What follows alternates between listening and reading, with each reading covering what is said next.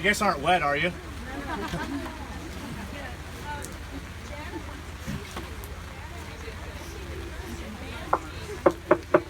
Hello. First off, stay warm. We've got some hot pads over here if anybody needs to warm up. Thank you, Jenna. I think she already walked off. Gina, excuse me. Thank you for the introduction. Thank you, Nicole Sadowski, who is right behind me as well. These two women have been busting their tails the last couple of months behind the scenes to put this together. So a round of applause for them if we could. I think at least 1 or 3 glasses of wine is in order for Nicole and I. Five. So, it's really exciting to have Dell Big Tree here. Alan Phillips as well. I don't know where Dell's right here. I'm not sure where Alan's at. Right behind you. There. All right. Everybody's here. Thank you. Alan, thank you for coming as far as you did. That's a long trip, and we just really appreciate you coming out and supporting. Everybody knows Dell. You're a hero to pretty much everybody here. And I'm sure you hear that a lot, but I'm going to say it again. The way that you have brought people together, just the spirit about yourself, it's incredible. And we just, from the bottom of my heart, thank you. We need brave people like you. Thank you. Thank you. As Jenna said, my name's Anthony Welty. I'm the chairman of the Snohomish County Libertarian Party. I'm an American. I'm a patriot. I'm a husband to a beautiful wife, Erica, who is right here, and a son, Uriah, who is completely healthy, completely unvaccinated, and as advanced as any child I know. And I'm here today to lead my family in the way that a lot of husbands and fathers aren't. I'm here to stand up for them and speak for them and to protect them, especially my child, from erroneous laws that are trying to take his freedoms away from him. My job as a husband and as a father is to protect them. So that's why I'm here today, and to speak upon a philosophical agenda. I want to talk about a few things. For the most part, everything for me comes back to freedom. The freedom to live my life as I see fit, free from government corruption.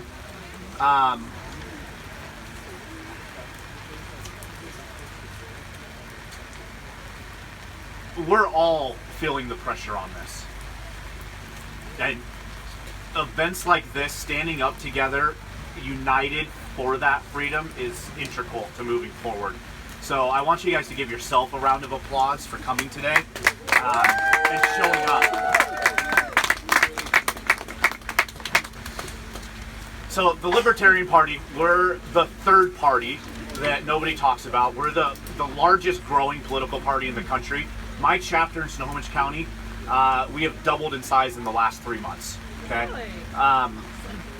What is the Libertarian Party? Some of you probably have never heard of us. Okay. And what do we stand for?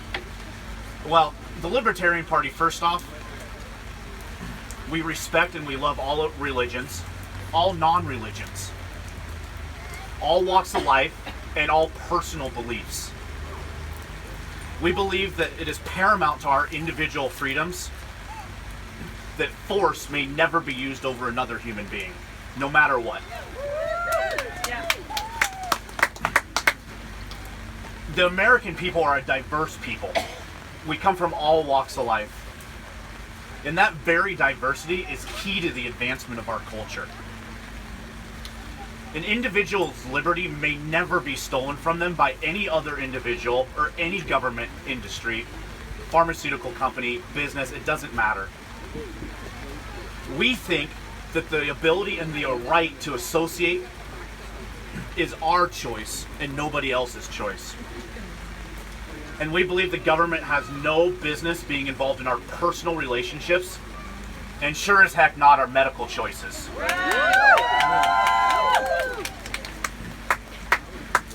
On June 11th of 1776, Congress appointed a committee of 5 to draft a declaration. That consisted of John Adams, Benjamin Franklin, Thomas Jefferson, Robert Livingston, and Roger Sherman. Those 5 men drafted the Declaration of Independence, which says this: "We hold these truths to be self-evident, that all men are created equal, and that they are endowed by their Creator to have certain unalienable rights. That among these rights are life, liberty, and the pursuit of happiness." That is one of the single most famous things ever written in the history of the world. And it is being trampled on. Trampled. I and the Libertarian Party, we will fight to protect those unalienable rights. The words this country were founded on, they're not to be taken lightly. They're not to be corrupted. They're not to be dismissed and cast aside like worthless pieces of paper. I stand here today in front of all of you to condemn any actions by any individual in any government to take that liberty from us.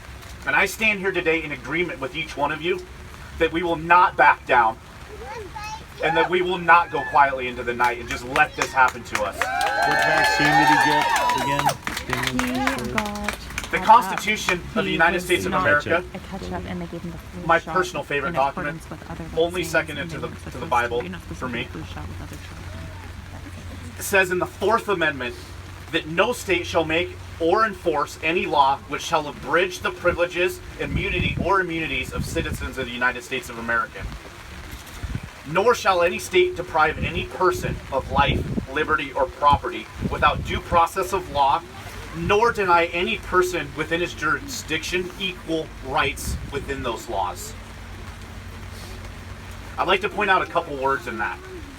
First off being abridge. Abridge means to deprive. It means to cut off. It means to diminish or curtail. The second most important word, in my opinion, is equal in that amendment. These words were described and written by our leaders to protect us. To protect us from ourselves, to protect us from government that would like to intrude upon our rights. They were written to protect our children. Rules like not allowing unvaccinated kids into school is not only depriving them of a right to a public education, which I might add, we're being taxed for regardless if they go to school. That's a whole nother topic. But it also deprives them of due process. It's condemning innocent people, healthy children, and essentially punishing them by removing their rights to public education. They are taking something from us, which is obviously a clear violation of the 4th Amendment. It's blatantly obvious.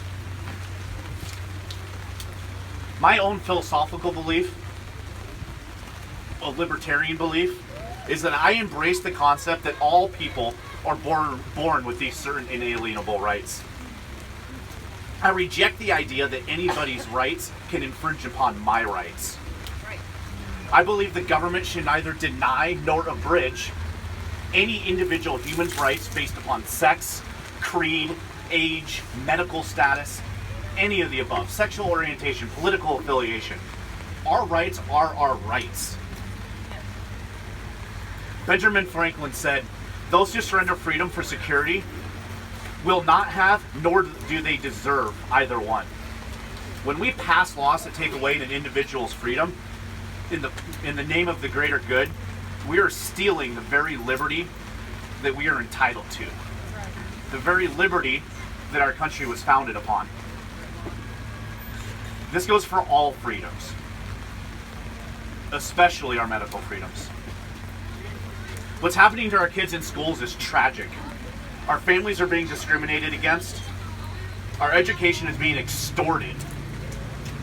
And all because some pharmaceutical companies and lobbyists are crafting propaganda and legislation and using fear to sell it. Our elected leaders are using segregation and coercion to fulfill those puppet masters' wishes. And the scary things is many of them think they're doing the right thing. So our job is to push them in the right direction, kindly, politely, educate them where we can, when we can, one person at a time. As I was studying to write this speech today and doing some research, I came across a Martin Luther King quote that I'd never heard before, and I think it's actually kind of funny and scary all at the same time. He said, if we are not careful, our colleges will produce a group of closed-minded, unscientific, illogical propagandists consumed with immoral acts. He said, be careful, brethren. Be careful, teachers. He also said that the ultimate measure of a man is not where he stands in moments of comfort, but where he stands in times of challenge and controversy. And I'd like to commend all of you for standing. This is not easy. We get talked down to. We get kicked out of mommy groups, daddy groups. Our friends and our family look down on us. It's sad. So what do? First thing we do is we hug our family. We hug our friends. We tell them that we love them. Because without love, none of anything else I said matters. Thank you for what you did for us. You're welcome. Thank you. Some of you guys that are here have been fighting this for decades since some of the laws were originally passed. Some of you maybe for a couple years, like myself, since I had a child. And maybe some of you for just a couple of weeks. It doesn't matter what we did yesterday. It matters what we're doing today and tomorrow and the next day. So look around yourself. Shake some hands today. Meet some people that you haven't had a chance to meet. Exchange some phone numbers. Network. Build coalitions to work together to fight these laws. We all have different skill sets and different strengths. Some of us are great at making phone calls. Some of us don't have time, but we have money that we can donate. Some people can knock on doors and pass out literature. Whatever it is, I want you to feel empowered to take action.